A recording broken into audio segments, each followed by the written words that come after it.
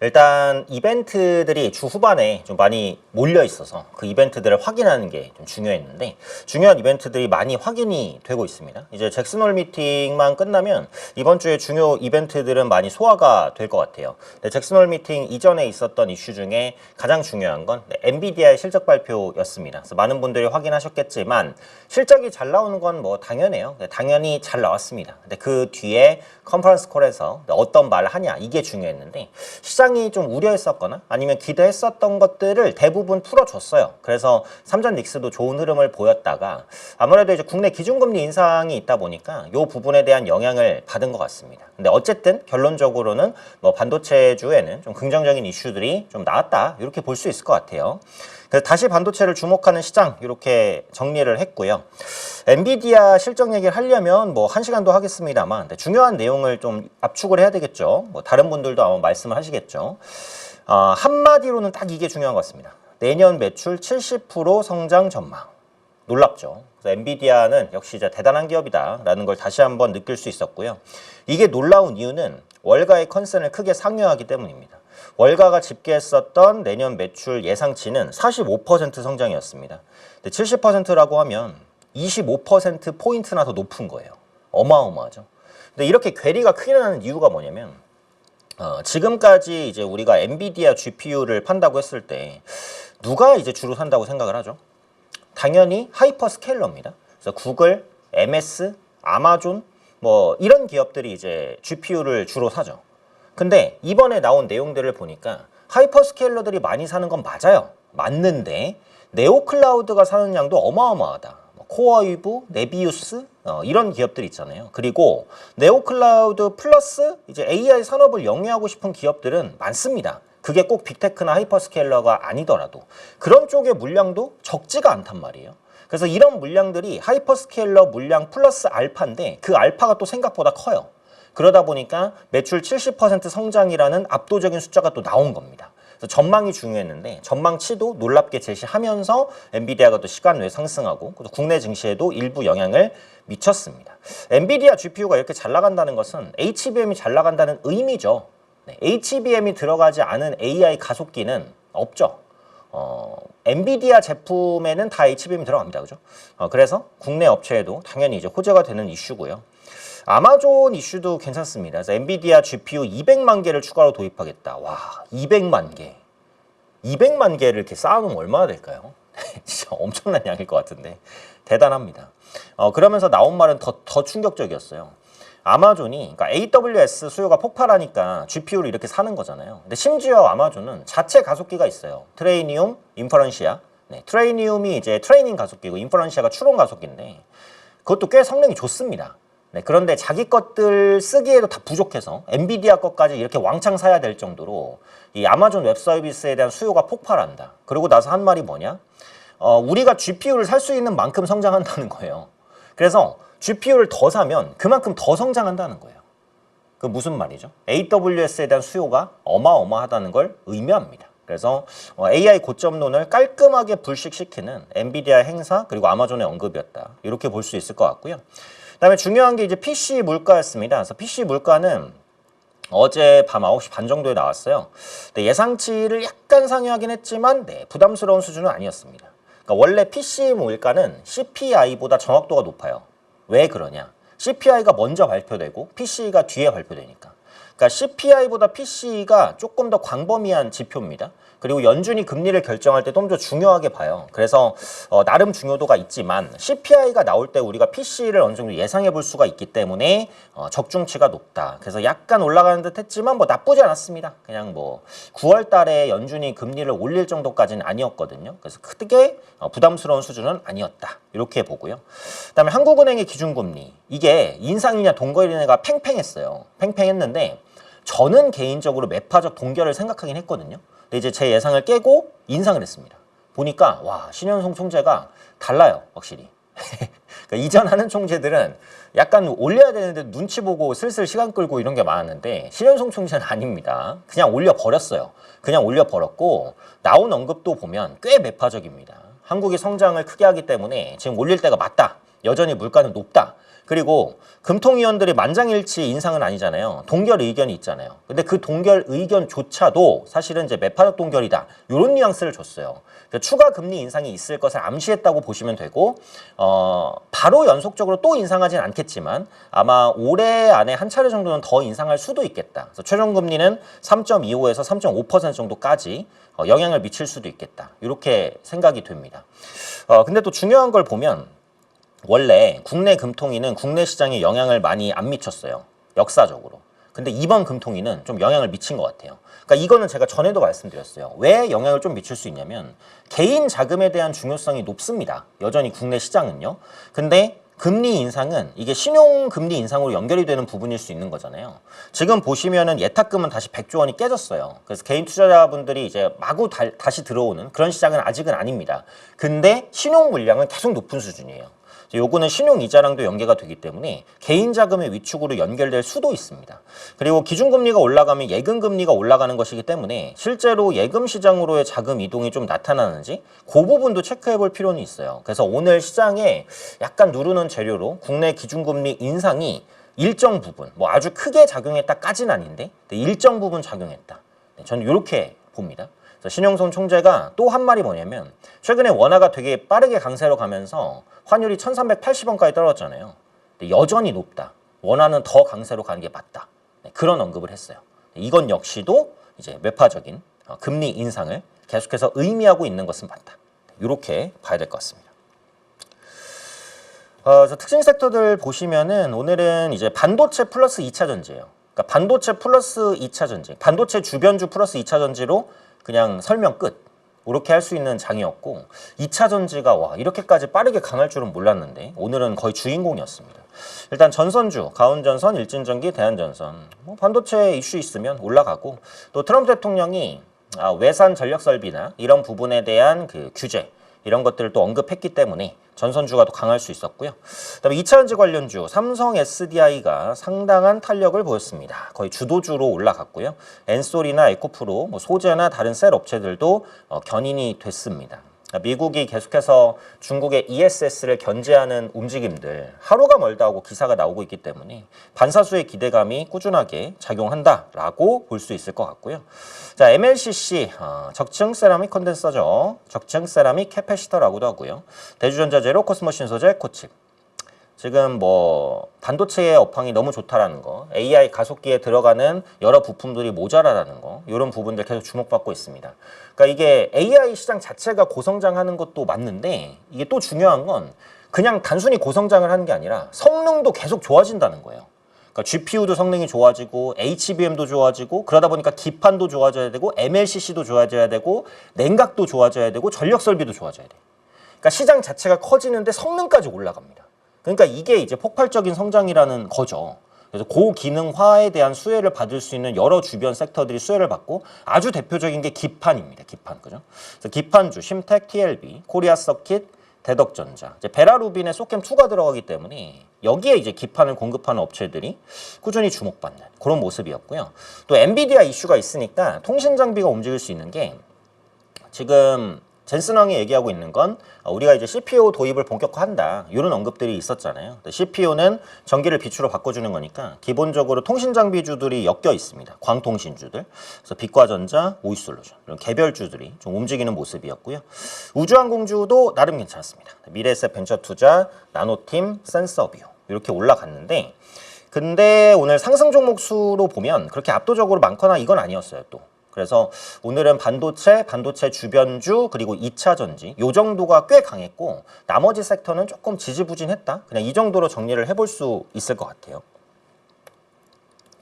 국내의 주요 이슈들 한번 보겠습니다. 트럼프 대통령이 미국 전력망의 국가 비상사태를 선포를 했습니다. 이것 때문에 이제 뭐 2차 전지도 좀 영향을 받았고 특히 전력 설비주들, 변압기 3사, 효성중공업, HD 현대 일렉트릭 그리고 LS 일렉트릭 이런 종목군들이 좀 올라갔고요. 이렇게 되면 반사수혜가 있는 건 맞기는 해요. 왜냐면 국내 변압기 3사는 다 미국에 적이 있어요. 그러니까 그 미국에 공장이 있고 뭐 공장을 증설하고 있거나 다 이런 식이거든요. 뭐 어디서는 뭐 효성중공업이 최대 수혜다 이렇게 말도 나오는데 어쨌든 변압기 3사가 다 미국에 어느 정도의 공장이나 이런 것들을 확보하고 있기 때문에 수혜를 받을 수 있는 건 맞기는 합니다.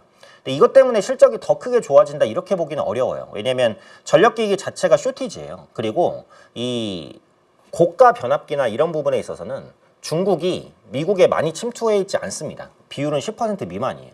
그래서 중국을 견제하는 흐름이 나온다고 해서 국내 업체가 반사수혜를 크게 입는다. 입을 수 있어요. 입을 수 있지만 ESS에서는 반사수혜가 확실히 크고 그건 명확하고요. 근데 전력기기 부분에 있어서는 원래 쇼티지였기 때문에 뭐 요것 때문에 실적이 크게 좋아진다? 이렇게 보기엔 좀 어렵다. 근데 호재는 호재죠. 호재인 것은 명확하다라고 볼 수 있고요. 이게 정치적으로 해석해보면 지금 트럼프 대통령이 한 이틀 전인가 중국의 추가 관세 얘기도 했고 이번에 전력망의 국가 비상사태를 선포했는데 중국을 노렸다라는 분석이 많잖아요. 그러니까 이렇게 중국을 계속 때리는 이유는 9월 달에 미중 정상회담이 있습니다. 근데 트럼프 대통령이 이때까지 행보를 보면 항상 그런 게 뭔가 이제 그러니까 중국한테 특히 그런데 미중 정상회담이 임박해 있잖아요. 그럼 중국에 자꾸 뭐를 때려요. 뭐 관세를 때리든 뭐 제재를 하든 엄청 해요. 한 다음에 이제 회담이 있으니까 그러면은 니들한테 제재해 준 거 이제 풀어줄 테니까 니들 뭐 내놔. 이런 게 전략이에요. 웃기죠. 원래 있었던 규제일 수도 있는데 없었던 규제면 새로 생긴 거고 있었던 규제면 강화를 시킵니다. 그래서 정상회담 전에 규제를 막 해요. 뭐를 혼자서 막 내놔. 그다음에 정상회담에서 이런 규제 풀어줄 테니까 뭐 내놔. 이것도 좀 웃긴 전략이죠. 그래서 제 생각에는 이게 미중 정상회담이랑 아예 관계가 없진 않아요. 제가 볼 때는. 그렇다는 것은 정상회담 전에 뭔가 중국을 때리는 조치들을 추가적으로 할 가능성도 있다 라고 보는 것이고 그거에 따른 반사수혜를 한국이 좀 볼 수 있는 여건들이 형성이 돼 있으니까 그런 부분에 따른 수혜를 받을 수 있는 종목군들이 좀 더 견인될 수도 있다. 그러니까 투자 관점으로 굳이 전망을 해보면 그런 부분을 한번 생각해 볼 수 있을 것 같아요.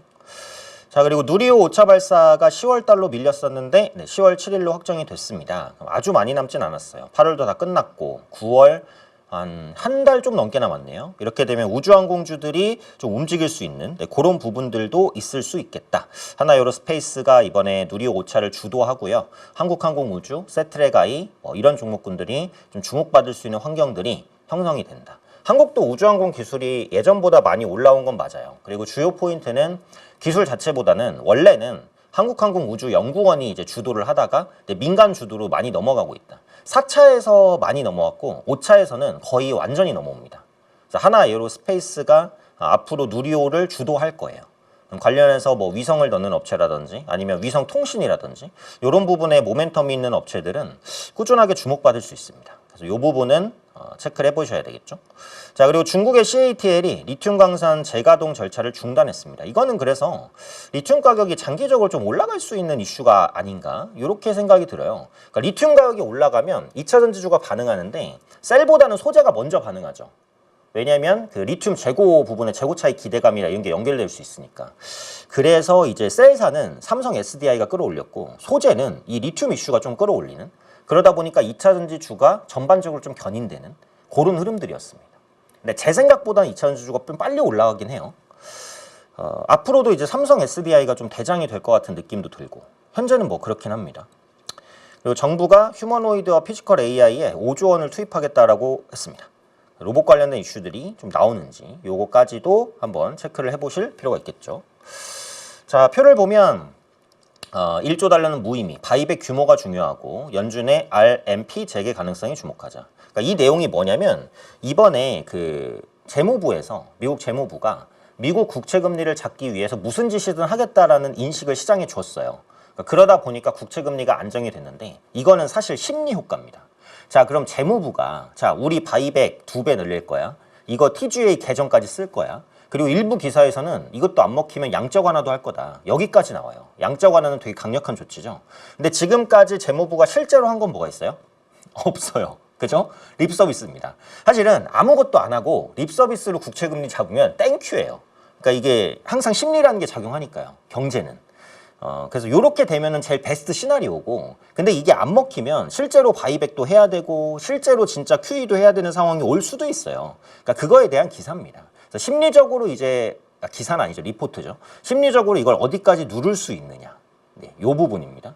향후 실제 바이백 규모에 따라 판단이 달라질 수 있겠으나 현재로서는 장기금리 레벨을 크게 낮추는 효과는 제한적이다. 저도 이 부분에 동의를 하는 게 제가 전에 말씀드렸죠. 지금 미국 국채 금리의 상승은 단순히 금리 인상 우려감이 아니다.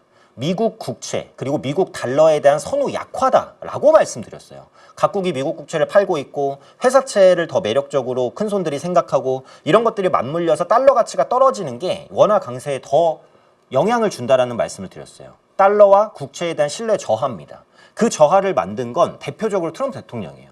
트럼프 대통령이 정책의 일관성이 없고 굉장히 이제 미국 중심적인 정책을 짜면서도 이랬다 저랬다를 많이 하니까 이거 미국 정책 믿을 수 있어? 이거 달러도 못 믿겠는데? 이런 식으로 가는 거죠. 그리고 얼마 전에 나왔던 미국의 부채 너무 많다. 이런 기사들, 그런 것들이 투자 심리를 악화시켰습니다. 당분간은 달러에 대한 선호가 약할 것 같아요. 그래서 반대로 달러로 살 수 있는 금, 비트코인 이런 거는 강세를 보일 가능성이 높다고 말씀드렸고 실제로 그런 흐름들이 좀 나와요. 그럼 원자재도 좀 더 강세를 보일 가능성이 높다라는 거죠. 왜? 원자재는 달러로 사니까요. 그럼 달러 가치가 약하면 원자재 가격은 올라간다라고 볼 수도 있는 거거든요. 그런 관점에서는 환율, 그러니까 원화 강세가 앞으로도 좀 더 진행될 가능성이 높다라는 거죠. 속도는 예전만치는 아니어도. 한국은행도 금리를 계속 올리려고 하고 있고. 그래서 이런 부분에서의 투자 힌트는 계속 찾아봐야 돼요. 그러니까 이거를 또 나쁜 쪽으로 말하면 미국 국채 금리는 언제든 안 좋아질 수 있다. 요것도 또 감안을 해야 돼요. 저는 그게 지수 상단을 어느 정도 제한할 거라고 보기 때문에 지수가 전고점까지 가기는 어렵다라는 게 저의 뷰입니다. 아직까지는요. 그래서 그 부분이 바뀌면 또 말씀을 드릴게요. 그것 때문에 또 종목을 무조건 바이앤홀딩 하지 말고 급등하면 좀 줄여가시는 게 유리할 수 있다. 그 말씀을 계속 드리고 있습니다. 자, 그렇게 한번 보고요. 이게 제가 보는 그 거시적인 시각의 가장 핵심이에요. 지금 말씀드린 게. 그러니까 지금만 언급드린 건 아닌데 제가 한 3-4번은 말씀드렸겠지만 달러에 대한 가치 약화. 그래서 트럼프 대통령이 클래리티 법안을 통과시키려고 한다. 스테이블 코인에 묶어서 달러 가치를 다시 끌어올리려는 목적도 분명히 있을 것 같고 스테이블 코인은 발행하려면 기존에 그 묶여 있어야 되죠. 달러가 됐든 국채가 됐든. 그럼 아마 단기 국채를 발행해서 스테이블 코인을 1대1로 묶을 겁니다. 그럼 단기 국채에 대한 수요가 크게 증가하는 거죠. 그런 것도 아마 다 노림수가 있는 거죠. 그러니까 지금 트럼프 정책이 다 연결돼 있어요. 북한에 손 내미는 것도 똑같고 지금 중국을 때리는 거 미중 정상회담 말씀드렸고 중간 선거를 앞두고 자신의 정책을 그러니까 업적을 쌓고 싶은 것이 클래리티 법안과도 연결돼 있고 다 연결돼 있어요 이게. 그래서 이런 것들을 보면 트럼프의 앞으로의 행보도 대략적으로 좀 예상이 되지 않나 이렇게 생각이 됩니다. 그리고 회사채 스트레스 지수가 상승한다. 그러니까 제가 말씀드린 게 브로드컴의 그 CDS 프리미엄 급등. 지금 빅테크들의 CDS 프리미엄이 다 많이 올라가고 있어요. 그러니까 빚을 많이 지니까. 근데 이게 문제가 안 되려면 금리가 안 올라가면 됩니다. 근데 금리가 올라가면 이건 또 문제가 돼요. 그래서 미국 국채 금리가 여전히 굉장히 중요합니다. 사실 이제 채권 애널리스트 분들의 말을 들으면은 여전히 이제 금리는 아슬아슬하다는 평가를 많이 해요. 채권 애널리스트 분 중에 이제 미국 국채 금리 걱정 안 해도 돼요. 이렇게 말씀하시는 분은 거의 없어요. 저는 못 봤어요, 일단. 제 주변에서는. 그래서 그만큼 아직까지는 경계감이 있다라는 것들. 그러니까 10년물 기준으로는 4.7% 아래로는 안정이 돼야 조금 숨 쉴 수가 있다. 요거죠. 네, 원전 관련된 이슈들. 한전기술 얘기는 계속 나와요. 그래서 원전주는 좀 더 봐야 될 것 같기는 합니다. 그래서 두산에너빌리티, 한전기술, AP1000에 참여하냐 마냐 이런 이슈가 많은데 그거는 나중 문제로 보더라도 산통부에서 부인을 했지만 아직까지도 원전 관련해서 협상을 하냐 마냐. 근데 다음 달에 이제 대미투자 1호 프로젝트가 있다고 말씀을 드렸잖아요. 에너지 관련된 전략들이 나오면 원전이 포함될 수도 있을 것 같아요. 그래서 원전 이슈들은 계속 나올 것 같습니다. 그래서 계속적으로 체크를 해야 될 필요가 있지 않나. 이렇게 보여져요.